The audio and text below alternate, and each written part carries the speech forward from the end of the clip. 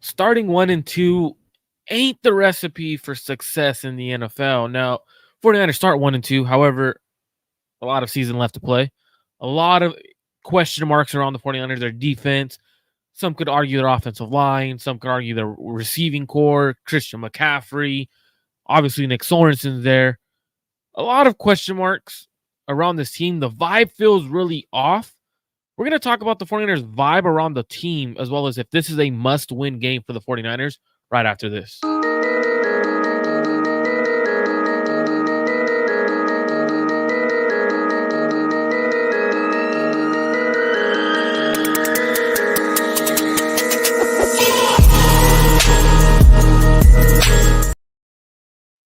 What is up, faithful? Welcome back to Club Gene Sports. I'm with my co-host, Rohan Chakravarti. How's it going, my man?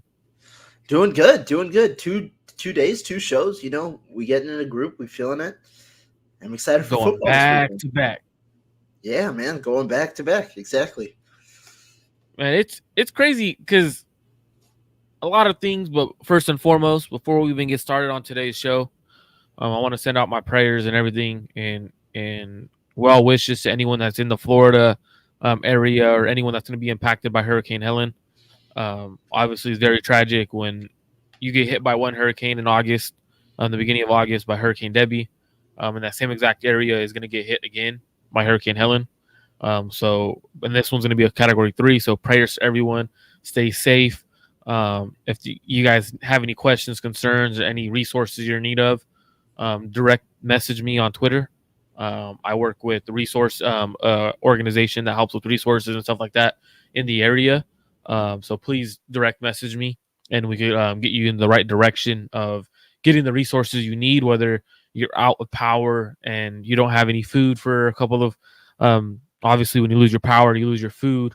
If your house gets destroyed and you need help rebuilding, or any debris that are in the area, car issues and stuff like that, clothing, because everything's getting ruined, please direct message me on Twitter at Marco_Mart1205, or you can comment on the Clutch Gene Sports channel and ask me to direct message you on Twitter, and I will do that. Or comment below on one of my comments if you cannot direct message me.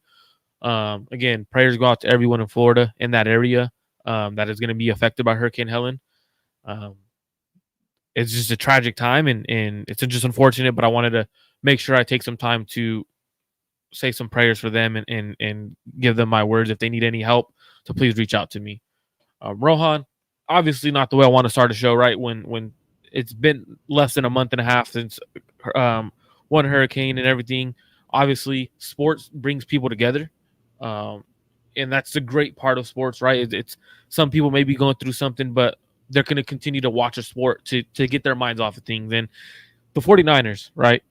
There's a lot of fans and everything that are talking negative on the Niners, man. And it's one of those ones where we haven't seen negative kind of comments regarding the 49ers in a couple of years. What are your thoughts on, and we'll get to like more in depth right now, but what are your thoughts in the on how the comments from the fan base has been so negative towards the 49ers within the last week and a half or so?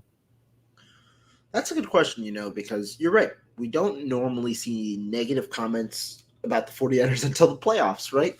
Playoffs is usually when, if there's an issue, if there's a collapse, obviously a lot of discourse happens on the internet. But you start 1-2 this year, right? The Niners haven't really started poorly in a while. And so I think that right now it's warranted just because of the way that the year has started. I'm not going to ever tell anybody, you can't fan this way. You can't fan that way. Everybody's entitled to their opinion, but I think it is warranted just because of the way that things have started. And it's on the 49ers to change the course. And I 100% agree with you. I'm not saying like, a fan base needs to fan a certain fan needs to fan a certain way, right? Because like obviously I fan a certain way, right? Sometimes like when they lose, like yesterday, I was extremely negative on Nick Sorensen, right? As a fan and as someone who is talking the sport, it's like you look at things differently as a fan, right? And for me, I think the uproar is, I'm on both sides of the uproar because I know Snagdon says this year's the fan base is in an uproar early. I think it's warranted though. but I also think it's also not warranted. And I'm going to go into both. So it is warranted because when you look at the fan base, right? You just got back to the Super Bowl. The team is talking very highly. You have players like Debo saying we've been the best team in the NFL for the last couple of years. Denominator Nor going on social media talking mad shit. You have other players who have held out. Trent Williams, Brandon Aiyuk. A lot of things are happening where it's like, okay, well, now the results better be there because one, you were so close to winning a Super Bowl. You have a good quarterback. You have the same exact, pretty much same exact defense for the most part in terms of like the key guys. Kyle Shanahan's still here. So I understand for being so upset starting 1-2, especially when one of those teams that you played was a division rival and it was a game that you should have won. It was a game where the division rival is extremely beat up. Even as much as the Niners are beat up, that rival is even more beat up. So I understand that. But I'm also going to say I don't think it's warranted because we've seen the 49ers start 3-5 and flip their season upside down. I understand you don't want to start slow in the NFL because once you start slow, a lot of things happen. Injuries pile up, certain things. We saw it in 2020, right? They started slow, injuries piled up really fast, derailed their season. But I know this team has the coaching staff, it has the players that has started 3-5 a few years ago and has gotten deep into the playoffs. So for me, I understand, and I'm not going to be like, it's the end all be all. Like this, we need a something's happening. But I'm also not going to say we shouldn't be upset because it's disappointing when you lose a game like that, especially to the Rams when they're extremely banged up. Does that make sense, Rohan? Or Yeah, I definitely think that makes sense. The way that you break it down, it is disappointing, and you're right. That's why I think it's important to note there are two sides to the equation. One, I think this one. I want you to comment on this one while you're talking about what you're gonna say. Sorry. nah, I'm not gonna tell nobody how to fan. I think burning jerseys though is wild. Like you spend money on the team just to burn the money and spend it again. That's your thing if you want to do it. But I know a lot of people were burning some BA jerseys probably this weekend. Ridiculous. Honestly, my thought, Rohan, that's ridiculous. That's ridiculous. Yeah. I think you are right. Burning jerseys in week 3 is nasty work. Burning jerseys in general is nasty work. Unless it's maybe a Marco jersey or something like that back in high school. Honestly, you probably get it for free anyway. So if it's a Marco jersey, burn that shit because you probably got it for free. I probably sent it to you so you can wear it. Like, so realistically, if he got that jersey for free or he got it really cheap and it's a fake jersey, I could see like this shit. I don't want this. It's paid $20 for it, like right. But like, it's like, dog, you probably spent over at least, even if it's fake, at least 50 to 80 bucks at minimum. Yeah, at minimum probably $50. Yeah. So it's like, even if it's fake, that's nasty work. Like, and I agree. Like, burning something like that is just weird. But go back to what you're saying. My bad, dog. Yeah, and when it comes to the panic button, I don't know if you can hit the panic button necessarily, but I also think you can't just say all is good after a 1-2 start when you clearly should have won this last game. When Kyle Shanahan has specifically said, "Yeah, we should be 2-1." When you've lost 2 in a row, there is cause for concern. Now, is there an issue with the playoffs necessarily? I don't know, because the Niners have proven time and time again that they've been able to reach that stage. They've even been able to reach the NFC Championship game, at a high rate over the last 5 years. And so I'm not going to hit the panic button at all. I still think the Niners are probably favorites to win the NFC West, as interesting as that sounds. But, yeah, I think that there are. I like that. I like that take. That's bold. I still think that they're favorites, and I think that they're going to end up, in the playoff picture. But again, now every week matters maybe a little bit more because of the urgency factor. And I get that, right? You got to have some urgency, and I like what Nick Bosa said. I'm gonna bring up this comment because it's good. It was leading me into what I wanted to talk about, anyways, today. So the end's still trash. Bosa needs to do something. Trent don't look good either. He just lucky McKivitz is getting blown away before Trent gets there.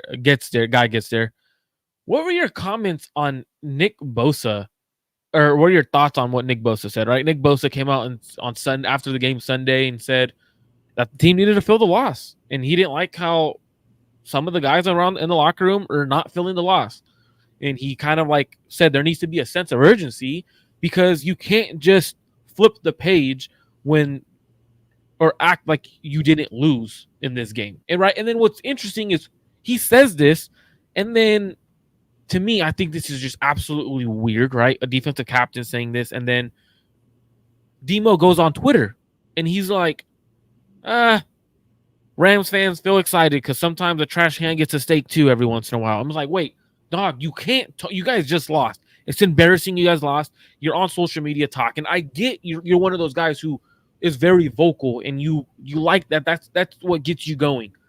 But Nick Bosa saying they need to fill this loss, and then yesterday he talks about how it's been tough to sleep the last couple of nights, and his mind's been racing, and he just wants to get back on the field.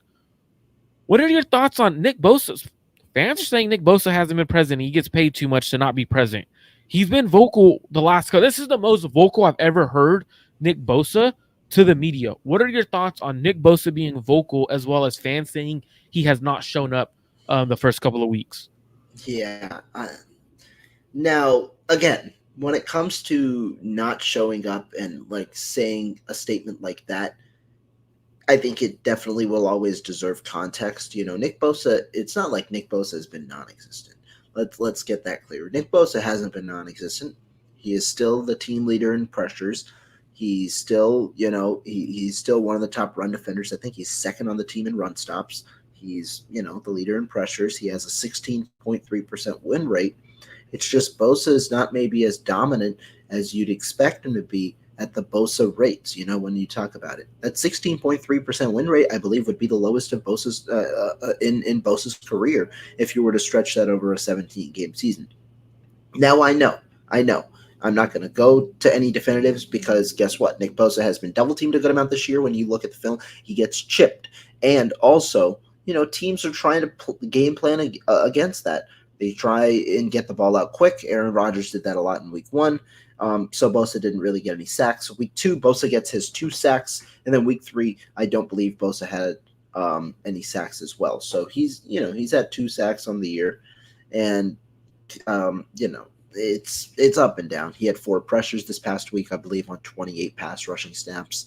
You want him to be a little bit more productive on both ends. But teams are also finding ways to neutralize him by exploiting the other issues on San Francisco's defensive line, specifically at that other edge spot, right? For example, if Nick Bosa is a good run defender and you're not going to want to run at him, you're going to want to find the other spots where the 49ers struggle with run defense. They've struggled to contain the duos up the middle. They've struggled with those defensive tackles, with the way that they're being used in the run game. They're already not that strong in the run game. They've struggled there. They've struggled in defending the run to the other edge. Leonard Floyd hasn't been great. Yetur Gross-Matos hasn't played that much.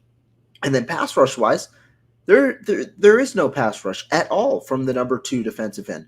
Leonard Floyd, I mentioned this yesterday, has 1 pressure in the last 2 games. He has a win rate of 5.9%. That's abysmal, And so it allows teams to say, okay, we'll throw one-on-ones with Leonard Floyd. We can live with that. We'll throw a double team at Bosa, and we'll see how we react to the, to the interior defensive lineman.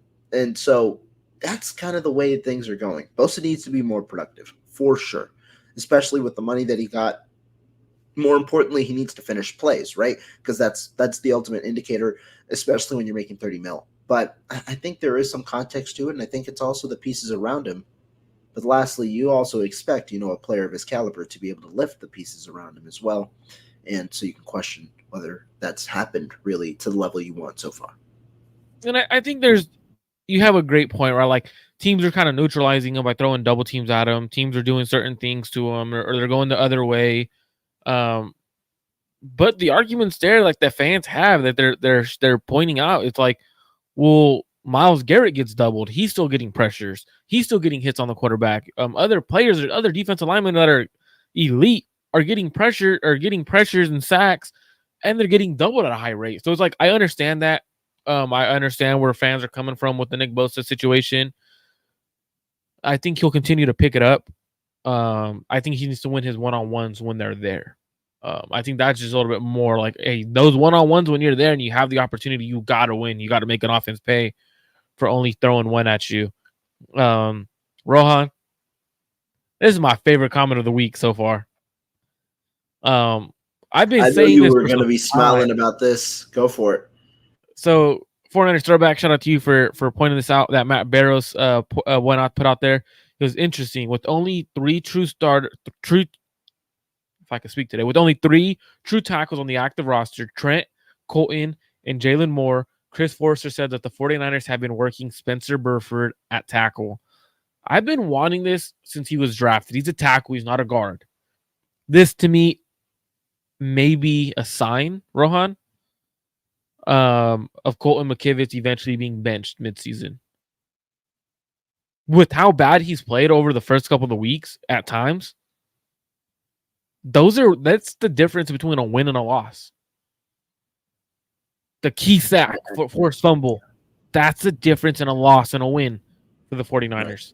Getting your quarterback hurt, that's the difference. And I think if Burford could continue to grind there and if he looks good, the Niners may want to pull the trigger and have him play right tackle.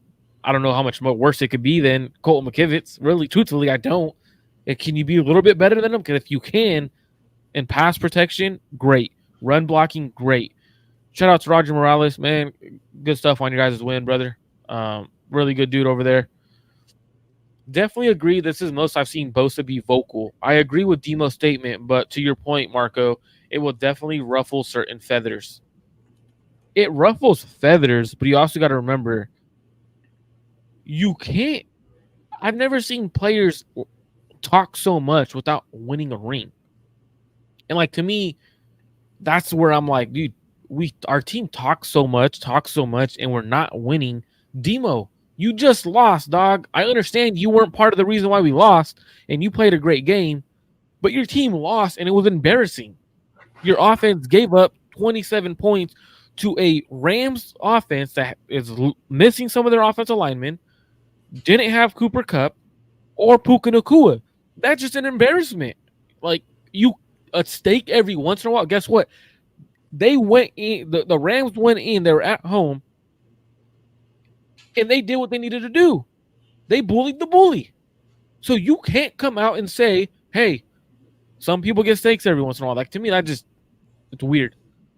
Campbell, Yadam, Brendel, McKivitz. The problem is that the stars are not contributing like stars. Rohan, what are your thoughts on those players that are just coming? Because there's a couple of people talking about Yadam. Snagged on says Yadam's very disappointing as well. JD Durham says, so rush Campbell because he can't cover.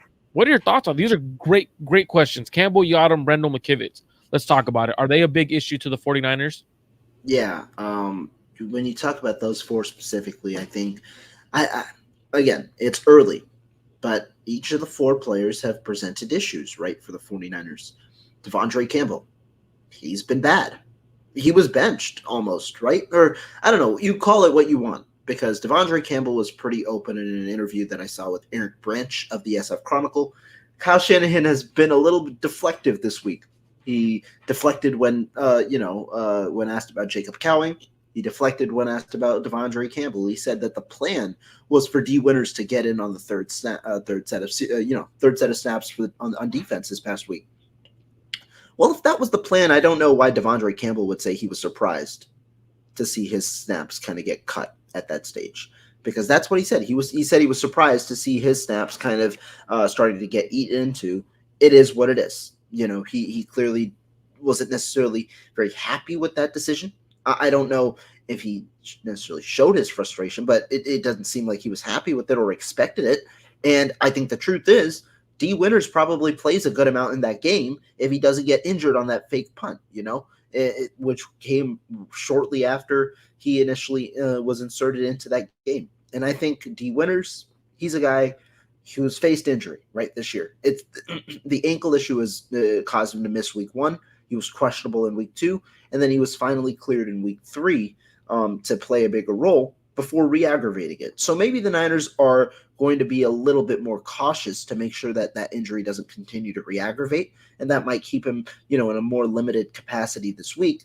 But I think the move to do winners last week, I think that was a sign, an indictment on Devondre Campbell, and I think his post game words kind of showed that he was not expecting that type of move. As for Isaac Yiadom, Yiadom is a press man corner, and he's been playing a lot of off. He's played a lot of off, and I think he was put in some unfavorable situations this week. Nonetheless, he gave up a 48-yard defensive pass interference penalty, and the one issue when you're the number 3 corner on a team with 2 really good corners is, guess what? Good quarterbacks are going to pick on that matchup, especially with the way Nick Sorensen's playing these corners, which is straight man coverage a good portion of the time. If it's only man coverage, Nick Sorensen's going to just, if he's playing these guys in man coverage, teams are going to look at Isaac Yiadom. Hey, it's one-on-one. You can go beat this guy. If not, we're going to probably get a penalty. Can I have a pushback on this real quick? Go for it. I know we're killing Isaac Yiadom. And when I look at like the defensive stats and everything like that, right? Like the passer rating allowed defensively and everything like that. If we're going to talk about Isaac Yiadom, we also got to talk about Charvarius Ward, right? Like, because when I'm looking at Charvarius Ward, so let's just look at the stats, right? Like, let's look at stats. Isaac Yiadom, he's been targeted 12 times. Nine of those were for completions. Oh, okay. For 116 yards. He's giving up 132.6 rating. Charvarius Ward, who's an all-pro, who should be one of the Niners' best corners on the team. And I remember I've been saying he's not the best corner on the team. I've been saying this for the last 2 years. 13 targets, 8 receptions for 112 yards, 114.9 rating. Demo's the only one who has below 100, and he's at 71.5 on 9 targets, 5 receptions, and 50 yards allowed. So if we're going to talk about Yiadom, let's talk about Charvarius Ward too in there, right? Like, because one player's given up deep shots to Atwell, has blown a coverage in the Vikings game because he red run and came down crashing hard. So as much as Yiadom has been bad, Charvarius Ward hasn't been good either. No, he hasn't. And the reason I give him a little bit more of a pass is just because it really looks honestly, like he's dealing with an injury. I don't know his injury status like that, but he was dealing with hamstring issues. He was dealing with another issue as well this past week. I think he's playing out there hurt, and I think it's on the Niners to kind of address that. He came out for a snap, I believe, in the middle of the game. Bernardo Green came in. And so, I think he's playing hurt right now. And I think that's an issue because especially on those deeper routes, right, where Ward gets opened up and he's trying to flip his hips, it feels like he's a little slow when it comes to that with that specific motion. And what injuries are we talking about? Are we talking about the core injury that he suffered, which was the hernia that he had surgery on, or are we talking about the hamstring injury that he dealt with last week? I'm not entirely sure which one's bothering him more, but it just looks to me like he's laboring right now on the field. Because when he's covering those specifically. Because I remember I was talking with I had Jay Harp on the show, and he had a very similar injury. Now I don't know if it's the exact same injury, but everyone knows if you're on my YouTube, my show. Jay Harp played for the Raiders, played for Fresno State, played with Devontae Adams and all that. Really good receiver during his time. And he had one of those injuries in college, and he was one of the better college receivers. And he had a core surgery for a hernia or something like that. Some along the line, core surgery though. I don't know if it was hernia or whatever, but they call any core injury and stuff like that, and groin and stuff like they call them sports hernias. From what Jay Harp was explaining on the show, and he said after that surgery, he never had the juice like to explode out. So it was like, I wonder if that injury is preventing Charvarius Ward, right? Because like obviously corner and receiver, it's a lot of stop starts. Like you kind of like got to cut and like do things. I wonder if that's what's lingering him and bothering him more than the hamstring injury, because you see the explosiveness down the field. Like he didn't have any go, and that's what Jay Harp said. He was like, my biggest thing was I lost my explosiveness. Also, by the way, Jesse's talking smack on you, bro. Oh, I don't really pay attention to grandpas, when it comes to the chat. I know that he's probably just coming off of his bingo started yet on the East Coast. I don't know. But regardless, it's a Thursday night, Jesse. You probably need to get in bed. I know you have your show later, in a couple of hours. I think you probably need a power nap before that. Otherwise, you might not do well in that show. So I'm just looking out for your well-being. But prayers up to you, Jesse. Hope everything's safe out there in Florida, my man. 100%. Now, so we talked a little bit about Yadam. We talked about Campbell. Out of any of those players, obviously, there's possibility of eventually Burford replacing McKivitz. Should one of those players be benched this week? Well, it depends on the health of D Winners. I think the clearest opportunity to bench someone, and the one that the Niners were, it seemed like, leaning towards, at least in some capacity in week 3, was Devondre Campbell.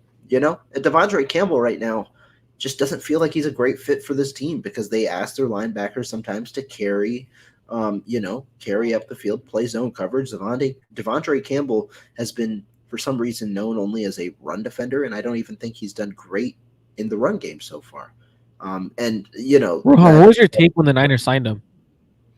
I don't remember, honestly. What did I say? Do you remember?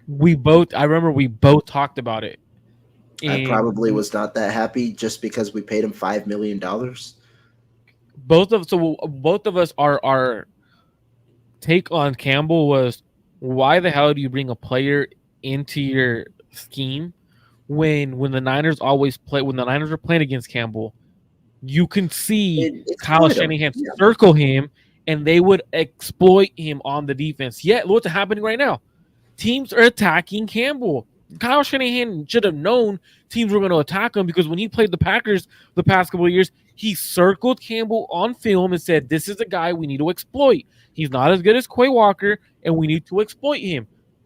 I don't know why anyone's surprised. I want to point one small thing out just to stir the pot a little bit more. Devondre Campbell has been really bad when it comes to passer rating this year, and, expectedly so just because he's given up catches and he's also given up penalties. You know who's among the top 5 in passer rating allowed at the linebacker position in coverage? Fred Warner is by far number 1. He's allowed like a 14.1 or something. Guess who's number 5? Eric Kendricks, who the Niners had a chance to sign and then got spurned. So, a little bit of free agency for you. And it's crazy because looking at Campbell's numbers, obviously he's given up 128.7 passer rating when targeting him, and he's been targeted 9 times, give up 7 receptions for 54 yards. So it's not a lot of yards, but there's a touchdown that's involved there. It plus the penalty, so you're not the penalty yards that are not there. That doesn't end up going on as a target. Same thing with the Autumn, the target doesn't go there and stuff like that. But man, I would bench Campbell, Jalen Graham, consider it. Yeah. Maybe Demetrius Flanagan-Fells. Maybe, and I'm not a fan of DFF.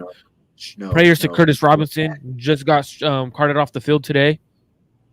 That's not good news. Know that. I was about to actually say, if not D Winners, you might want to think about him. I did not know he got carted off. Okay. Yeah, him and Jordan Elliott got carted off the field today.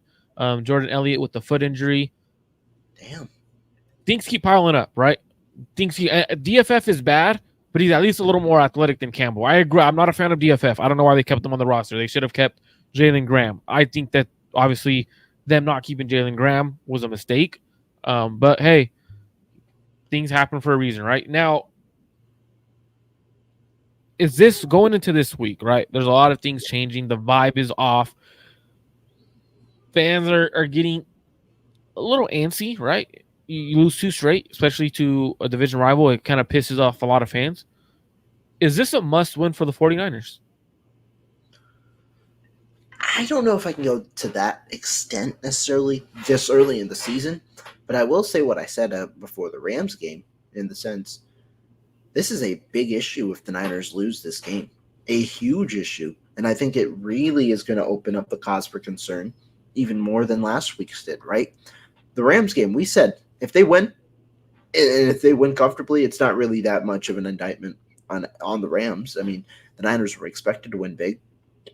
But if it was a close game or if they lost, that's a significant issue, right? That's a real big issue. And I have the same kind of thought process when it comes to this game. If this game is close or if they lose, right, that's a significant issue. The Niners right now match much better on paper than the Patriots. When you look at the keys, right, for the Patriots to win a game, it's their run game. Their run game was significant, and that's the reason they lost, right, in week 3, because the run game was shut down. Ramondre Stevenson had like 23 yards. They are playing behind a offensive line that has not only not good, they have a number of injuries, and they're playing a bunch of young guys. The 49ers defensive line, regardless of who's out there, should find a way to eat.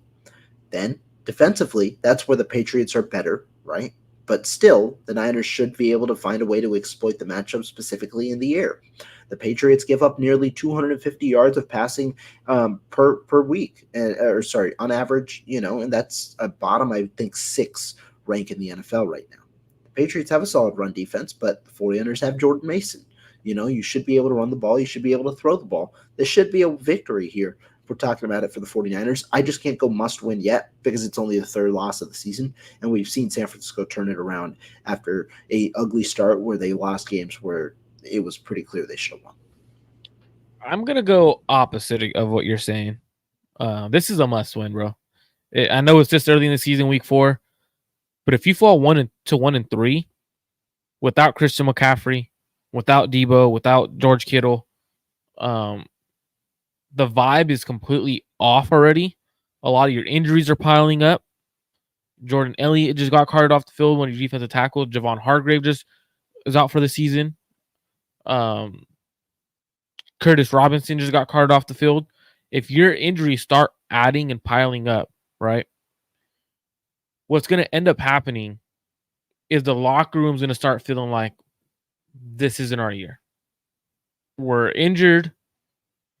We're beat up. Like, our team's beat up. We can't even beat the freaking Patriots, who are a shitty team.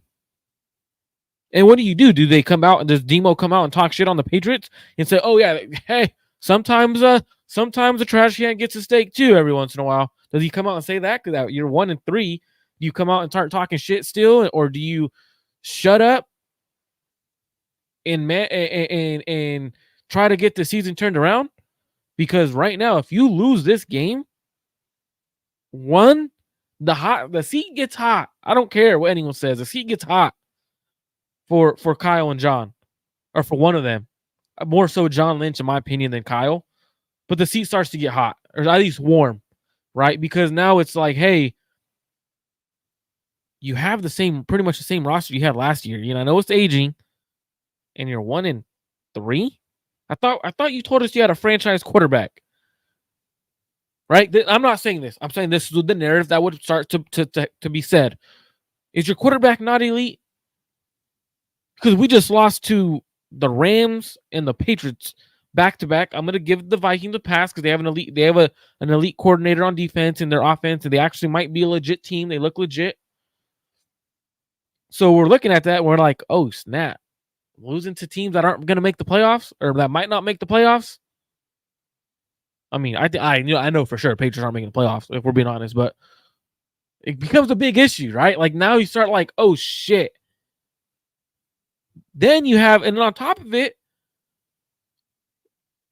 Kyle and John seem to be completely off base, right? John Lynch last week before the Rams game went on air and go for it. KMBR. He's talking about, Jacob Cowing should get playing time, or he could get playing time. Ricky looks really good. Might be his opportunity to step up. There's opportunities there for him with Debo going down. And then yesterday or the day before, whatever day it was, Kyle's like, that was never the plan. Wait, so you start to lose, get with the right? Program, bro. That was never the plan. Never. So to me, what confuses the crap out of me, Rohan, and I know Kyle has all say over the 53 on a week-to-week roster, right? Or what happens week to week. But what you're telling me is John and Kyle are that far off, and then you start losing games to teams that aren't going to make the playoffs. The vibe becomes worse. Injuries, losses, your GM, your head coach not on the same page. The vibe becomes worse. What ends up happening is that John Lynch trying to tell us, hey, I drafted good receivers this year. One of them, he got shot. He can't play right now. One of them, he's out. But I drafted another good receiver in the 4th round. He would have made that catch. But Kyle wants to play Ronnie Bell instead. Right? the vibe starts to change. Does someone become the scapegoat? That's why I think this is a must-win game, because how the fans have already reacted, how the media is starting to react, how the team is going to react. This is a must-win game, man. And I know it's so early in the season, and I said earlier, I've seen the 49ers start 3-5. I don't, me personally, like when I'm looking outside, like from a fan perspective, right? I don't think it's must win because I've seen the team go 3-5. But stepping away, taking my fan cap off, and trying to look at like the broads, like everything from like the not necessarily media standpoint, but like having to criticize and analyze the team, it becomes must win. Um, let's get to some of these comments. Rohan, I know we both were after yesterday's show. We were talking about Verse and Fisk. We watched a little bit of the film, a little bit of it. What's your thoughts on Verse and Fisk? Yeah, I was watching the entire offensive film. Verse is a baller. Verse is a baller. I mean, when you talk about speed to power, Verse has it, right? He was able to bull rush McKivitz. I'm not going to say McKivitz is a great offensive tackle or anything, but regardless of the competition, he did it to Trent too, man. Yeah, you gotta perform, right? And Verse, I believe he won 26.8% of his reps. That's a lot. He was directly involved on the forced fumble. He did a great job on that play. I think Verse right now has a really bright future. Fisk, when you look at the first 2 weeks, one thing teams did was they ran at him, right? And that's fair. He's a defensive tackle, an undersized defensive tackle with good athleticism, kind of meant to be a pass rusher. But one thing that impressed me, right, when it comes to Braden Fisk, he had a really good rep against Trent Williams this week. So I'm excited to see how he does.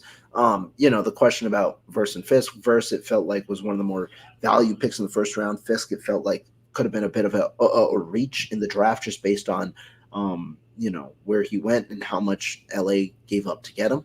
But both players, it seems like, have promising futures, and I'm excited to see how it kind of goes for the rest of their rookie years. What up, 49ers? The 49er 2024. Shout out to you, man. Hope you're doing well as well. Roger says that the Brock was playing great against the Rams. He owes Ronnie Bell a beer. That is just cold. Have a heart, my man. It should be 2, man. 2 for 2 drops, right? The defense is trash. Sorensen's scheme is too passive. I like to see the corners press the receivers. They are pressing. They're in man. They are pressing. They are getting up in their face. That the issue is he's playing a little too man in the wrong situation, in my opinion. Yeah. This is a good question right here. Why do you think with all the injuries on offense, Kyle turned into a passing offense against the Rams? I think that it really is just philosophy, and I don't think that was a bad decision, right? Rams have a lot of injuries, but when you look at the way the Rams secondary is currently constructed and their linebackers, it gives you a lot of favorable matchups. I mean, the Rams secondary right now is beaten up. 2 of their corners, I believe, I forget the exact ones. I think Darius Williams and Darion Kendrick were injured in that game. So you have backups in there. At linebacker, they traded away their top linebacker, Ernest Jones. John Johnson, their top safety, went on IR. So you're missing a lot of players on that defense. The strength probably would be in the front 4 right now. And so with all of the injuries on offense, why did Kyle turn into a passing offense? I think the matchup called for it, and I think the Rams were also looking to stack boxes, hoping to get the 49ers to throw the football a little bit more, which they did. So I didn't hate that decision. What do you think? Yeah, I don't hate the decision because obviously when you look at things back on the film, there was guys open, there was guys getting separation. It was the right decision. It's just sometimes it looks like the wrong decision after the game, after you lose. Now, I wish the Niners would have stuck to the run a little bit more. I felt like Jordan Mason was running the ball pretty efficient, and I think when you're running the ball at a good rate, you should kind of stick to it a little bit more, especially later in the game. It could also be that Kyle is finally, and I said this during the offseason, I want Kyle to have Brock throw the ball a little more. If you believe your quarterback's elite, the ball should be in his hands. And I don't know if 808-9, I don't know if you think Brock's elite or not, but if you believe your quarterback is the answer, he is the future of your franchise, and he's that dude, the ball should be in his hand. I don't know, I know a lot of people against the Vikings were like, why are we running the ball? Blah, blah. You can't have it both ways. You can't call Brock elite and then want to run the ball a lot more, right? Like if Brock is elite, throw the ball. Like that's the right decision. If you have an elite quarterback, you're throwing the ball majority. You want to throw 60-40. 60% of the time you're throwing the ball because he's that elite quarterback. The decisions are going to be made in your quarterback's hands. So I think Kyle may be on that trajectory of he truly does believe in Brock Purdy, and he is putting the ball in his hands a little bit more because he believes Brock is elite. And if that's the case, that's good for the 49ers because Brock needs to throw the ball more when it comes to closer games and in the playoffs. He needs to get those reps. Now, Brock's win-loss percentage isn't good when he throws over 30 times. I don't know what it is. I would if I had time, I would go back and watch every game. But when he's throwing the ball 30 or more times, I want to say he's like 4-5 or 4-6. I don't know if it's because of Brock. I have not watched the film on every single of those guys. I would have to do a study of every single one of those games back to back to see what is going on. But yeah, it's definitely interesting. We need a better DC. Give him another week. Let's give him another week. What about Bo Limmer? I thought Bo Limmer's played well. In replace for their starting offensive center. Thought he's played well, held up pretty well in the run game. Back to his rookie year, Brock Purdy is 7-6 in games that he's thrown 30 plus times, including the playoffs. Are you is that starts? Starts, yes. Oh, and you included playoffs too, though, huh? Included playoff. Well, starts would be 6-6 because he threw for 30 plus times his first ever game against the Miami Dolphins when he came in. So 6-6 without starts, including playoffs. 7-6 with starts, including playoffs. I'm gonna have to double check my math because I had him at 4-6. I might have been the 4-6, the two starts without the playoffs. Huh? Just because I think it was without the playoffs. All three of his playoff games last year, he threw over 30 times, and then he had a fourth game where he's 3-1 in the playoffs, throwing over 30 plus times. So what would that be? 7-6, 5? Yeah, so 4-5, not in the playoffs, throwing 30 plus times. Even then, like 4-5, that's not good, right? I know playoffs is when it matters. So being 3-1 is a lot better. So that makes me a little bit happier. Purdy is not elite, my G. I've been saying I don't think he's elite. I think he's a top 10 quarterback. I think I had him last year at top 12. I think this year he's playing at that level in the top 10. Maybe in top 5 this year with how bad quarterback play has been, to be honest with you. Rohan, what is the biggest 49er issue? Because the vibe's off. Everything's off. If you had to say the reason the 49ers are 1-2 heading into week 4, what is that reason? Because obviously defense is possible, but I don't want it to be just defense or offense, right? Like, give me a specific reason on why we're 1-2. Yeah, I have a really good one. I mean, we can tell it's already going to be a bad one. When you start with I got a good one, it's going to be bad. I could already No, but it's you'd agree too. And the biggest issue when it comes to anything related to the 49ers right now is that they've got a guy named Marco Martinez covering the team. I mean, the guy is just outwardly negative. He wears an A's hat that's backwards. I mean, whoa. You're not going to disrespect the A's on their final day in Oakland, all right?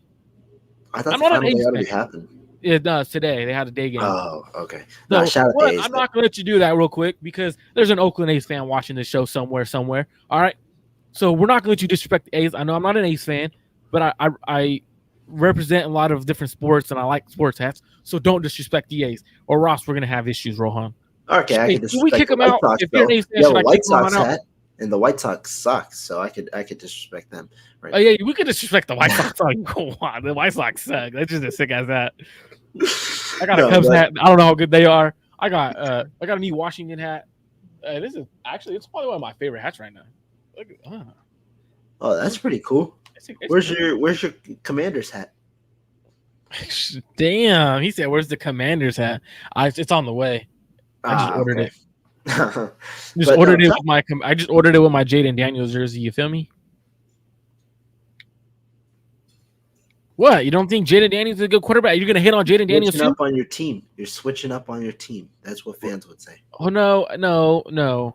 Look, there's the thing. Remember, you just got done saying earlier. You're not gonna disrespect how people fandom. So if someone is, because like I always have thought this was weird, and people are like, "Oh, I will never do it. I will never put on a different jersey. I won't. That's just me personally. Like at least for 40, like football, I won't do it. Basketball, baseball, anything else, I don't really care because like I like sports in general. But like when I've seen people were like they'll wear a Deion Sanders Atlanta Falcons jersey and they're a Niners fan, I'm like that's a sick. That's one of the cleanest jerseys I've seen. Or like throwback players and people are like, oh, why are you? What are you? I thought you were a Niners fan. It's like, yeah, I'm a Niners fan, but you can still be a fan of a player, right? Like, Believe so if me, I, I don't own any jerseys of any team. But you catch me in a Josh Allen jersey, that's for sure. it's crazy. Off the opposite, super off topic. We'll get to the 49ers' biggest issue right now. I know we were going off topic, but it's a good conversation. But so for me, right, I like to only get players that are legends, right? Like at least 49ers. I have Joe Montana, Frank Gore, AJ Jenkins. Patrick Willis, AJ Jenkins. I also have Solomon Thomas jersey. Those kind of players, like those are elite players, right? So like when you get players like that, Reuben Foster as well, CJ Beathard, a franchise quarterback right there. When you get players like that, it makes it easier to buy because like, all right, this guy already had a great career at the Niners. Like, let me get him. The funniest thing I've ever done is I had a bet with the old basketball coach of mine. It was the year the Niners were 2-10. They traded for Jimmy Garoppolo. I needed the Niners to win at least 5 games because he's like, the Niners are so ass, they're not going to win more than 5 games. And I was like, I see 6. I see 6 games. Like I had us at winning 6, and I think we were 1-10. I think at the time because we ended up winning 5 straight. But he was like, all right, let's make a bet. So I bet, and they end up going on a 5-game win streak. And he's like, all right, what jersey do you want? Me being stupid, I was like, I should have went with like a throwback player. He's like, all right, what throwback player do you want? Whatever, because he knows I only wear throwback. I was like, I just order me whatever jersey you want. Like, I don't really care. Like, I just did the bet just to do the bet. You order me a Jimmy Garoppolo jersey, dog. Yeah, It's a black Jimmy Garoppolo jersey. It's the only jersey I don't wear. So you have one. That's all. I have one, That's all. man. Yeah. I mean, what are you supposed to do? Just, like, I'm not going to throw it away. No, wear it. Wear it. I ain't wearing that shit. I mean, it probably got a cool color scheme, you know. It's black and red. It's the black. Yeah. It's the black jersey, the color rush one that they had. But it's like I'm not. I didn't really think Jimmy was ever good, so I'm not gonna. Like, I would wear it. My way. I don't have a single jersey. I'd wear a Jimmy jersey. I'll send it to you. So I swear, Rohan, I will give you that jersey, brother. Rohan, but you have to wear it on the show. I'll wear it. I'll wear it with the back on. You can see Jimmy. No. You're not. You don't get to have the Garoppolo look. You're gonna put tape over it, and you gotta put Bell. Oh, okay, yeah. You can keep that jersey. We good. Bro, you're QB2's ass, and you know it, Roger. You know it. I was talking to a Rams fan. I was watching the Niner game, and we'll get to the last segment or whatever right now. But talking to a Rams game, a fan at the watch party at the bar that I was at. It was a 49ers faithful bar, and he was like, I freaking can't stand that we signed Jimmy Garoppolo. He was, how do you sign? How am I supposed to root for a guy who's to whoop our ass every week? And I was like, it wasn't him, dog. It was the Niners, but. You know, Roger, you know he's not good. You probably talk smack on him. Rohan, yeah. Biggest issue for the 49ers and on why they're 1-2. Apologize for, the sweet delay, but let's get to our last topic. Biggest issue. Why are they 1-2? This is a great question. And I think I'll point out one thing offensively because we want to go specific. One thing offensively, one thing defensively. Offensively, I'm going to say it. It's pretty commonplace. Actually, you know what? I was going to talk about the offensive line. I'm going to go with that number 3 receiver position. And what's my biggest issue? One, Deebo Samuel's sure receiver 3 is Jawan Jennings, dog. Well, not this past week. Are you talking about healthy? Yes. Okay, I'll give you that. No, I can't pick on Jawan after a 175-yard game. But that number 3 wide receiver position, you look at the snap count, right? Ronnie Bell played 30 snaps in that game. Chris Conley played 20. Jacob Cowing played 0. We talked about Jacob Cowing and how Shanahan said he's pretty much not ready to play right now, which is weird because Lynch said he was ready to play. But why is Chris Conley not getting more snaps? Yeah, that's a And great question, dude. Because he was what's weird, and I love that you bring this up because had Brandon Aiyuk not been with the 49ers the first couple of weeks, Chris Chris Conley Conley's was going to starting. play. Yeah, he was going to start. And so I don't understand the switch up. I understand it's a different position in the offense with Brandon Ayuk having a different role, playing in different spots and things like that. But regardless, and also, Ronnie Bell, a lot of people like him for the run blocking aspect, but there were certain plays, specifically that play, where Ronnie Bell drops the pass. They're running out empty. There's no run blocking at all involved in that play whatsoever. Bell's running around. I'm just wondering why not Chris Conley. Chris Conley was a lot better. He was the clear de facto receiver of the backups when it came to training camp.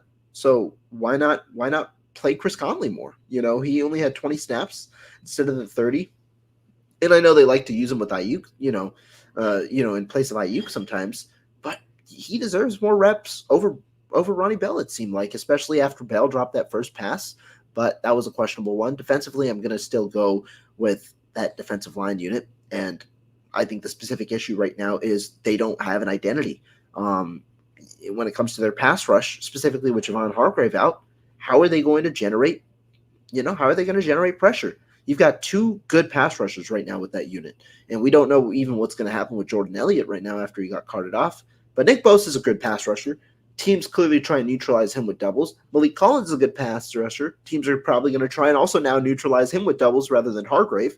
And so the DN spot, the other D tackle spot, I don't know if you have any answers. And then in the run game, if you threw Jordan Elliott in there, well, Jordan Elliott has one pass pressure and 36 pass rushing snaps right now.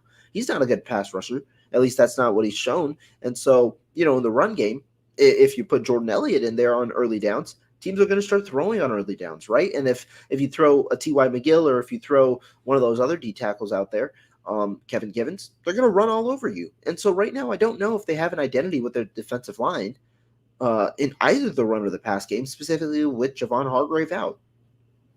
Yeah, you got a great point. It's an identity crisis right now, right, for the 49ers. And they kind of got to look in the mirror and see who they truly are, right? This isn't the same defense as I know fans are like, it's what pissed me, like, not necessarily pisses me off, but like, I don't know how this defensive line got talked up as 2019 level, right? A lot of people are, this defensive line might be better than 2019 defense. D Ford is being replaced by Leonard Floyd. He's better than D Ford. But what wasn't talked about inside, DeForest Buckner, Arik Armstead, those two were great defensive tackles against the run and getting after the quarterback, right? And that 2019 roster, when you look back at the 49ers 2019 roster, their depth on the 49ers defensive line in 2019 was deeper than people want to give them credit for. And I understand that when you look at the 49ers roster in 2019, it's kind of similar to this year, like the way it was constructed, right? Like obviously you want the defensive line to be an elite pass rushing unit. But what people are forgetting about is the 49ers had Forrest Buckner, D Ford was on the outside, and he was extremely healthy. Solomon Thomas inside, he was getting reps. I know he wasn't good, but he was getting good reps for them at that time as the third or fourth defensive tackle. Kevin Givens was just a pass rush specialist, wasn't a defensive tackle who needed to stop the run. So it was literally top heavy, but the top of the defensive tackle room was DeForest Buckner. So that's an elite player. And I think for me, the Niners need to realize they don't have that depth, right? Like Malik Collins isn't that guy to be someone to step up offensively. What I think is holding the Niners back right now, and I know you said receiver 3, but I'm going to go a little bit different route. I'm going to go with the 49ers lack of creativity on offense. Now, when I watch their offense, don't get me wrong, Kyle's very creative. He creates wide ass open stuff. But when you don't have George Kittle, when you don't have a Debo Samuel, when you don't have a Christian McCaffrey, you kind of got to change your offense around a little bit. You can't run the same offense you ran last year with Christian McCaffrey and all those guys, because Christian McCaffrey is a unique, he's a special player. He's a one of one. So is Debo, one of one. Um, they do things that no other player could replicate, and I think Kyle was trying to get someone to replicate that stuff. And I think you kind of got to change your offense completely without those guys. You got to go more a little more traditional Kyle Shanahan offense. And I see like how he will use Jordan Mason in that motion, the shift motion to get him out, right? Like he would do with Christian McCaffrey. That doesn't work. Me and Rohan were watching film yesterday, and I was like, look, check this out. Safety, like, I know we're in man. Tight end was Saubert, goes in motion. They end up sending Jordan Mason in motion. Linebacker goes with Saubert, or safety goes with Saubert. Safety kind of comes over, but doesn't come down. If it was Christian McCaffrey, he comes all the way down about 5 to 10 yards, and he was still like 15, 20 yards out. Nothing really threatened him. And I feel like you got to get a little more creative. You can't just stay to that same offense. You got to go something else. And I think that to me right now is the issue on offense. And I know they're moving the ball, they're doing things because of Brock Purdy, but the points aren't there like it was last year. Now defensively, I know you talked about the defensive line. I'm going to say it's the corners that are the issue right now. It's the secondary. Because you're impressed, man. This is what the kind of defensive, the corners you have. Obviously, Charvarius Ward is a press corner. Yadam is a press corner. Demo, that's where he lives. You're doing that, and they're getting killed. This isn't the same corners that we saw in training camp. Again, BA wasn't out there, so they weren't really getting tested with the route runner of a BA level or a true receiver one.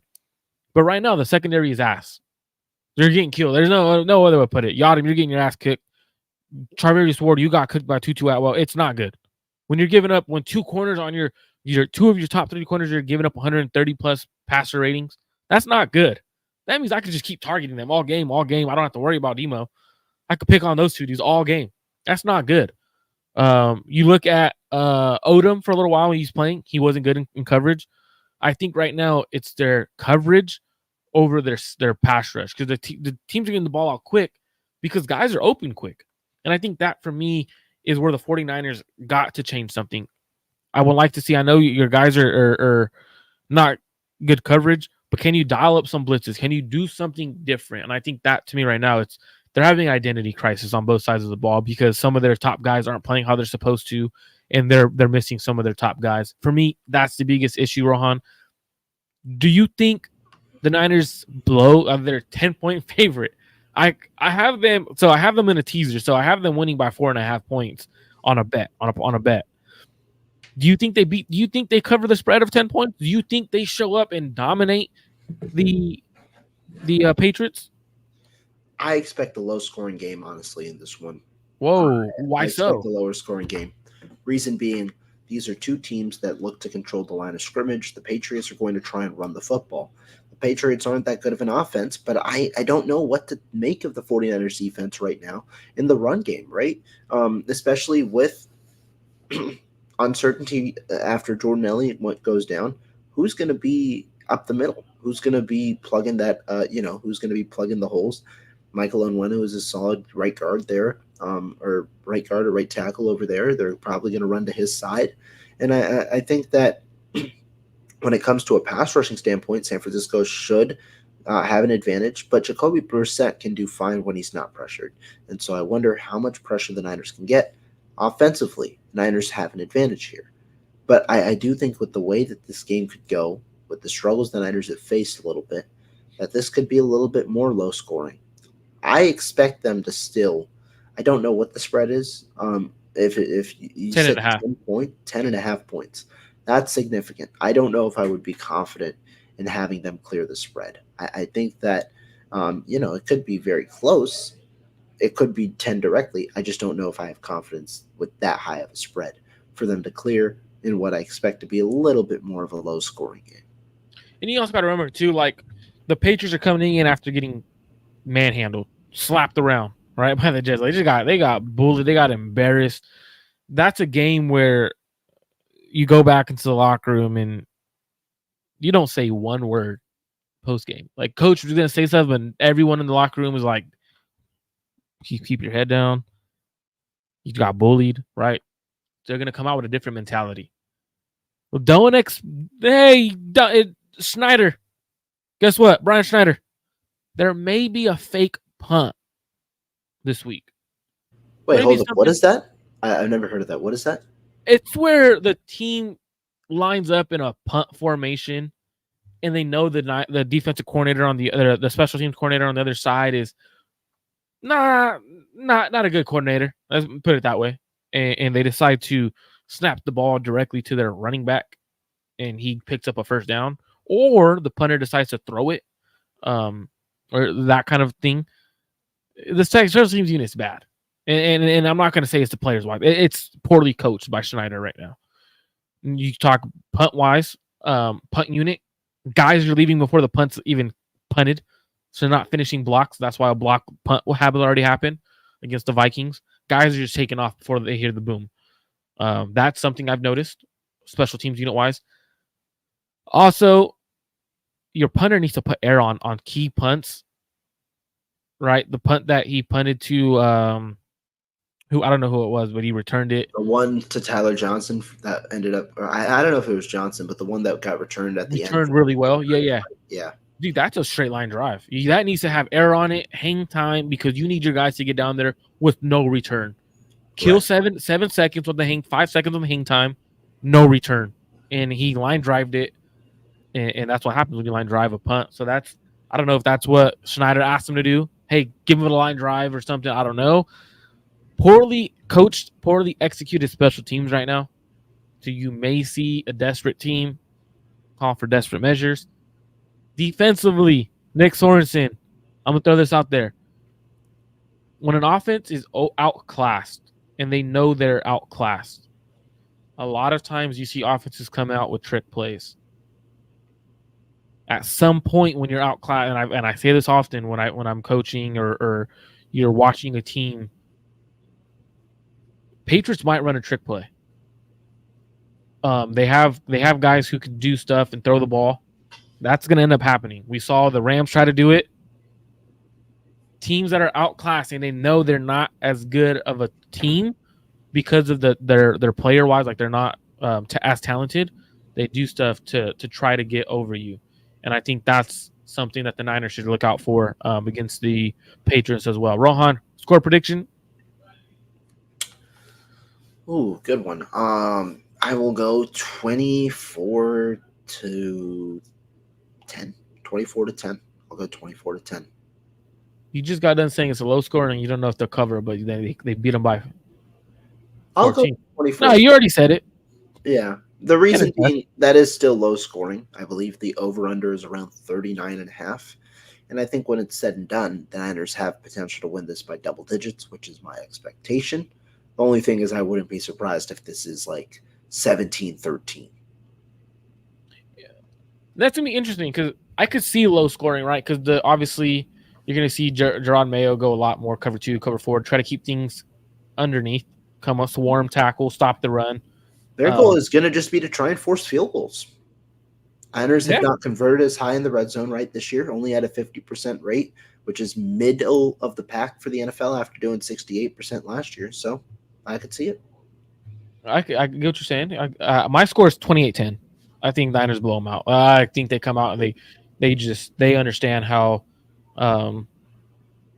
bad they played. Fred Warner and Nick Bosa are going to have hell of a good games. This I know last week I said the Niners wouldn't get more than 3 sacks. They didn't. This past outrageous number, like no, not outrageous, no, not outrageous. But when you look at the offensive line for the Patriots, they have not been good all season. They gave up 7 sacks last week. I think the Niners get 4 or more sacks this week, and I think it's one of those ones where Nick Sorensen dials up a blitz that gets home. Finally, Nick Bosa has a sack. Leonard Floyd is going to have a sack. My guy Evan Anderson is going to have a sack. That's who's going to get called up to play to replace the defensive tackles. Rohan, give me outside of Evan Anderson, obviously defensive line's banged up. linebackers banged up with D Winters and Robinson being carted off the field today. Is there any player on the practice squad you want the 49ers to call up? And I don't know if you know what the practice squad is, but if you like, I could go ahead and tell you what the 49ers practice squad is. Yeah, I have somewhat of an idea off the top of my mind.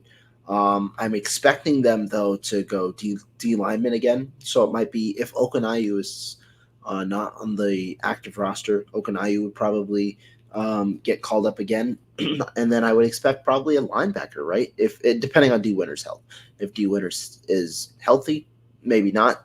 If D Winters is not healthy though, you could see them go for another linebacker. If not, the other positions that you might think about maybe for the practice squad, you might even go two D linemen, right? You might go a D end, and you might go a D, or you might go two D tackles if Jordan Elliott can't make it, and so that could be T.Y. McGill, and then that could be Okanayu, or that could be T.Y. McGill, and that could be Shaquille Brown, something like that. So I think it's some combination of Okanayu, T.Y. McGill, and Shaquille Brown, probably. I like the Okanayu one because I think, man, I thought Okanayu should have made the roster over Robert Bill. Like, unfortunately, Yeah, but Robert you got Bill. the youth factor, youth factor. Okanayu is a guy who you can No, you stash on can't say OPS. we can't say youth factor on this one because I was talking to But what I mean by youth factor, I know Okanayu is like 25. He's like only got 2 years in the league. I think when you talk about claim chance, probably a higher chance Beal gets claimed compared to Okanayu, given the experience. yeah, because Bill's 25, Okanayu's 26 this season. So when you look at them, like they're both young. Okanayu would have you still have team control for like the restricted free agent, restricted like all Yeah. those stuff. So you still would have team control. So it's like, man, like at some point you just got to take the better players, and I think Okanayu is better than Robert Bill at this point. And unfortunately, it sucks. You drafted him, and you wanted to develop him, but right now Okanayu is the better player. I think Okanayu should be called up. Evan Anderson should be called up. Um, I think the Niners go lighter on linebacker. Um, they only have one linebacker in their on their practice squad. And that's Deshaun White out of Oklahoma. Been a year in the league, bounced around with Buffalo and a few other teams. I believe with like the Raiders or something like that this past training camp. But man, will the vibes officially change for how the fan base views the 49ers? And if they do dominate and they win this game as they should, does the vibe change for you going forward regarding the 49ers? No, no. They should win this game. Like I said, they should win by 14. I think the vibe would change for fans because you're back in the win column. To me, this doesn't change any expectations. The Niners should beat the Patriots. Patriots have a bad O line. The Niners should get pressure. If you have Nick Bosa, if you have Malik Collins, you should get pressure. Even a guy like Leonard Floyd, maybe this is like a reset game where he's able to get pressure. There's a blueprint out there. The Jets shut down the run game, right? For New England, you're going to have to find a way to shut down the run game, and if so, you're going to create third and long, second and longs, and you're going to put pressure on Jacoby Brissett, who struggles when under pressure.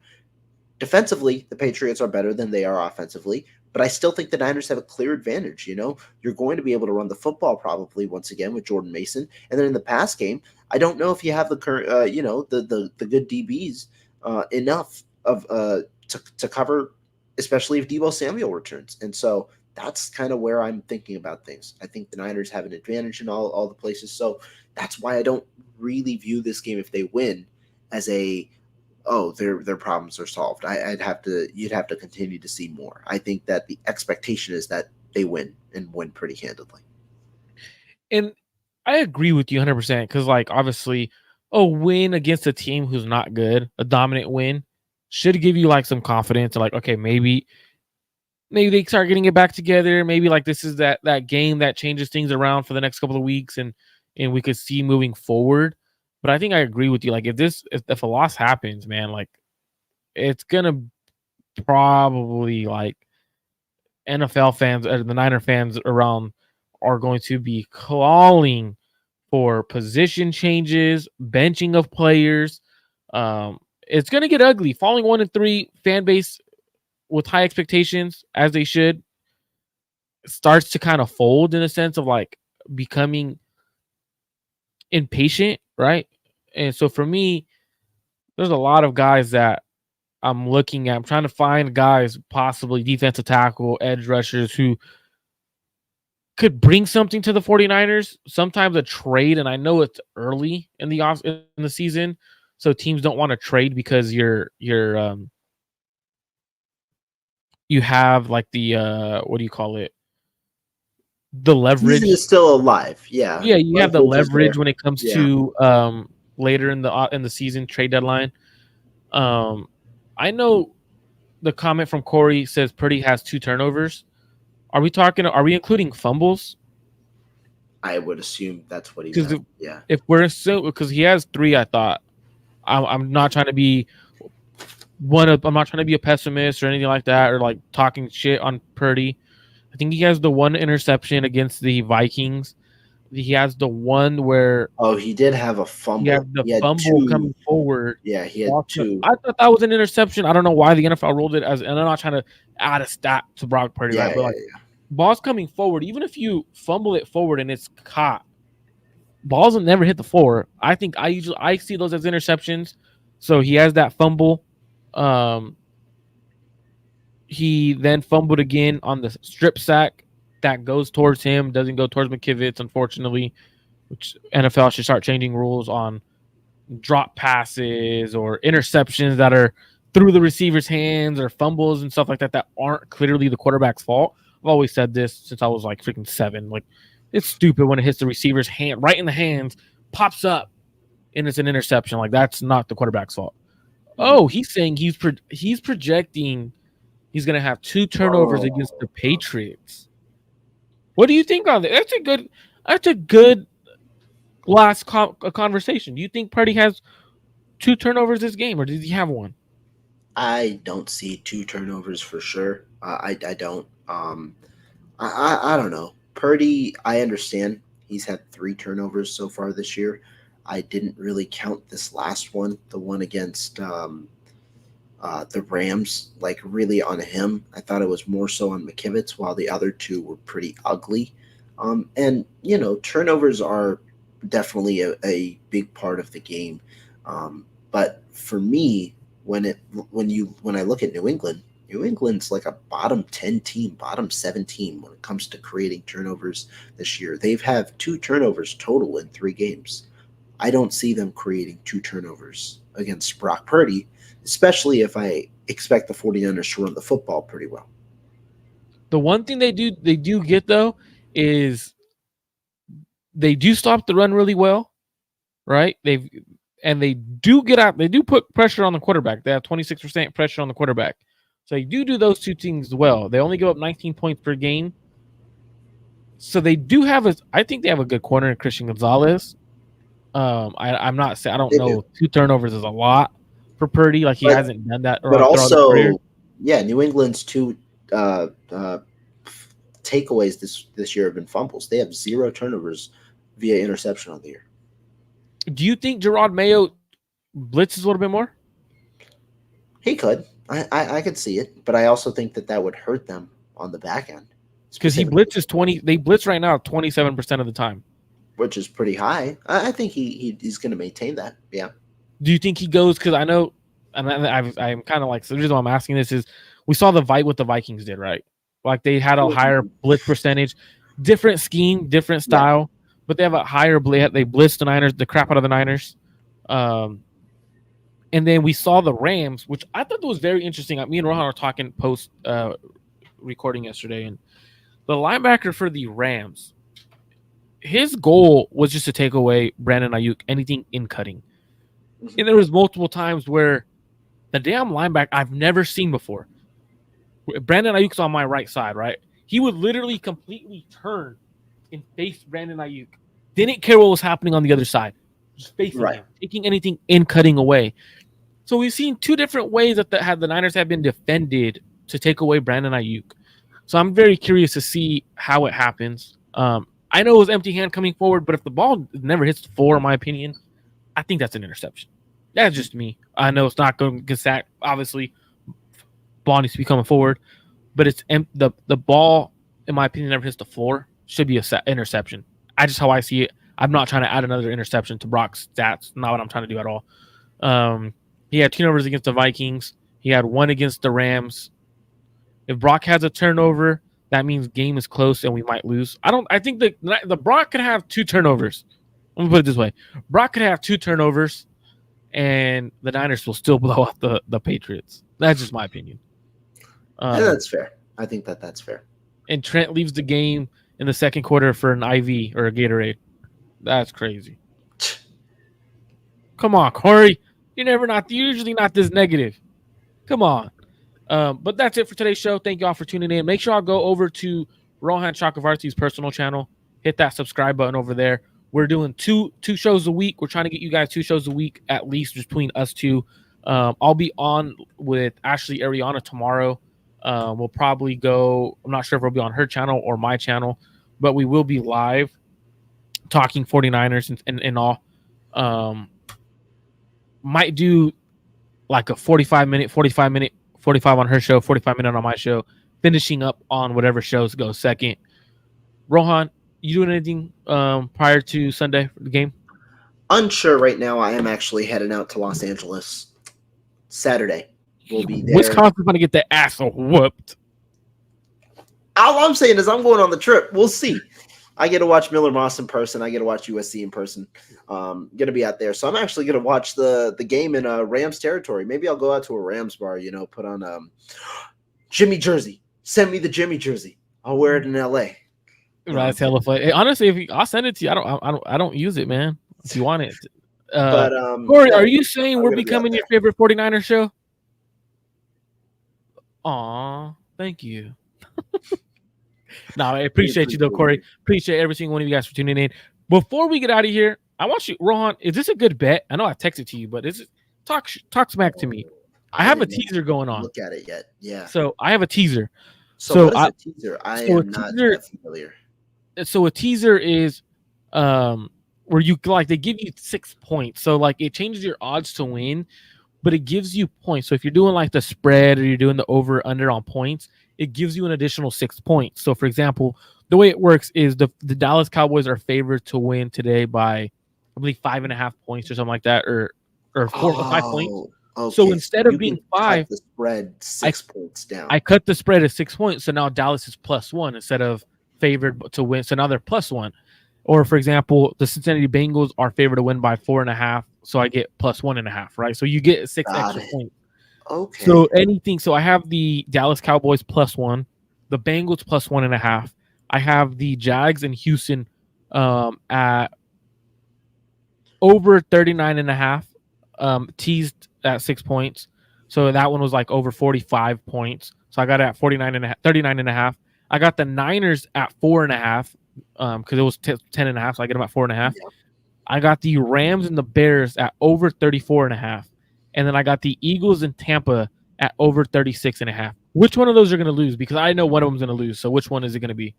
The Niners. Oh, get that. Dude, if they barely win by 3, I'm going to be pissed. I'm like, dude, are you serious? Like the Niners, they're going to sell you. Nah, even if I'm kind of happy on that one because like 10.5 points is kind of a lot. So getting them at 4.5 is like, I feel like that's a pretty good one. If they should win by at least 7. Right. The one I'm worried about is the Eagles and Bucks going over 36.5 with the Eagles not having receivers. Chicago one. I might be worried about the Chicago one just because Chicago's got a good defense, and I don't know if they're going to be able to score that much. So that might be the one, if anything. But those 6 look pretty good. Yeah. Chicago Bears, they've been struggling defensively. Like they're not. I shouldn't say struggling defensively. They're giving up points, right? The past couple of weeks, right? You look at they gave up 21 to the Colts, so their offense is bad.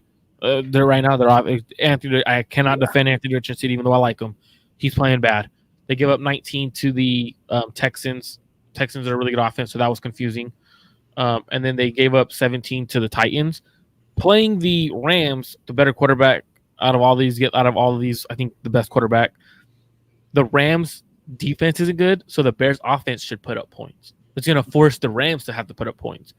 So I'm kind of hoping that game becomes like a semi-shootout, 28-24. Hopefully. I don't know.